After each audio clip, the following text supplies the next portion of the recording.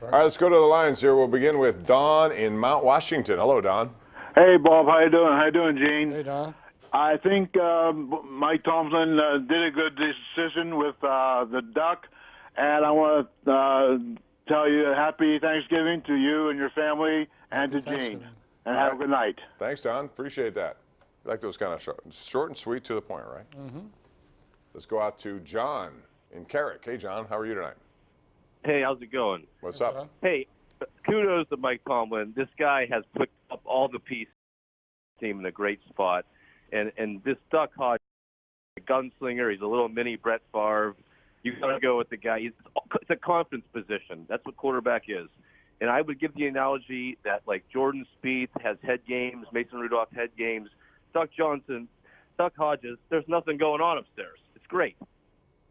All right. So a lot of votes for Duck here. One thing I'll say about this, in this game coming up here against Cleveland, Cleveland is the better team right now. What they're going to field on Sunday. But, Gene, to me, the Steelers have got to make this. I don't care if it was Rudolph or Doc Hodges or Ben Roethlisberger. The best thing to do when you have a game like this against a talented team is occupy the ball on offense, and that's tough to do. They did it last week against a bad Cincinnati team.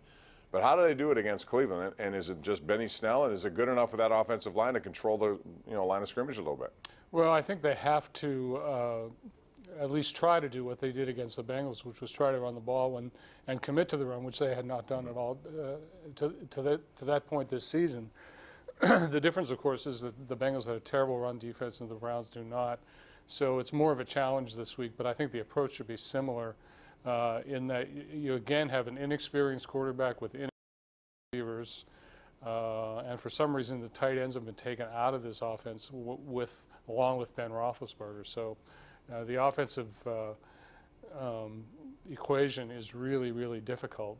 I think they'll try and do something like they did last week. Whether or not they'll be successful remains to be seen. I'm really that's the head scratcher for me. You brought up the tight ends. Why they aren't more involved? Is it just a case maybe Rudolph wasn't looking in their direction, or well covered, or just not in a game plan? I don't know. But when I saw Vance McDonald this year coming into the season, I thought he'd have 50-plus catches. That was my prediction. It's not even come close to that yet. Yeah, they never seem to be open. I mean, when the few targets they've had, they seem to always catch the ball in traffic and not really out near the perimeter. All right, let's go out to Herb, who joins us in Renfrew. What's up, Herb? How are you? Hi, Bob and Gene. Thanks for taking my call. Sure. I think Coach Mike Tomlin made the right decision to start Doc this week. Just Doc's ability to extend plays better than Rudolph gives the Steelers a better chance to win. With a little backyard football. What do you guys think? Gene? Yeah, no, I don't think it's the right decision. I thought it's the decision that would be made. I would have stuck with Rudolph because he knows more of the offense. He's more comfortable in the offense than Duck Hodges is, and he has performed well in spurts, and I think he will again. And I thought he might have against Cleveland since he was embarrassed by them the last time out. So Duck Hodges is not my choice, but he is the choice that I thought it would be. Well, let's look ahead a little bit because Mike Tomlin said, and I think rightfully so, this has nothing to do with anything beyond this week to week. It has to be just week to week. You're trying to just put out there, and that may change next week. If Hodges has a bad game, Rudolph could be right back in there. For that matter, Rudolph can be as a backup this week. He could come in. Now, what about a bad half? Could it flip? You know what I'm I know. Let's say he starts badly, throws 2 picks. Right. All of a sudden Rudolph is the guy going to come in and he'll get some cheers. That's another reason why I would have started Rudolph, because I like Hodges coming in as a reliever better than I like Rudolph as a reliever. Is it possible for a defense to carry a team for 5 more weeks? Well, it's a tall order. It's happened. There have been some Denver teams, some Baltimore teams that were absolutely carried by their defenses, but I don't know about this one. Not to mention the Steelers. Who was it at quarterback? Mike Kruzek, remember? Yeah. All he did was hand the ball off. But the defense won games. They shut out like 6 opponents or more. Yeah. All right, line 3 we go. It's Will at McKees Rocks. Hello, Will. How are you? Hello, gentlemen. Happy holidays, and thanks again, Bob, for everything. Yeah, thank you, man. No, definitely. Listen, with Hodges starting this week, is there any see them activate Paxton Lynch for 3 active quarterbacks? I don't think so. What do you think about Paxton? No, I don't. He's the practice squad. Forced onto the roster, you won't see him, and that doesn't seem to be the situation. Line 5 we go. Chuck in Crafton. Hey, Chuck, what's up? Yeah, Bob, Chuck. Hey, that was dumb sort of a question. I was wondering, what is the maximum amount of points the Steelers have ever given up in a game? Ever given up in a game?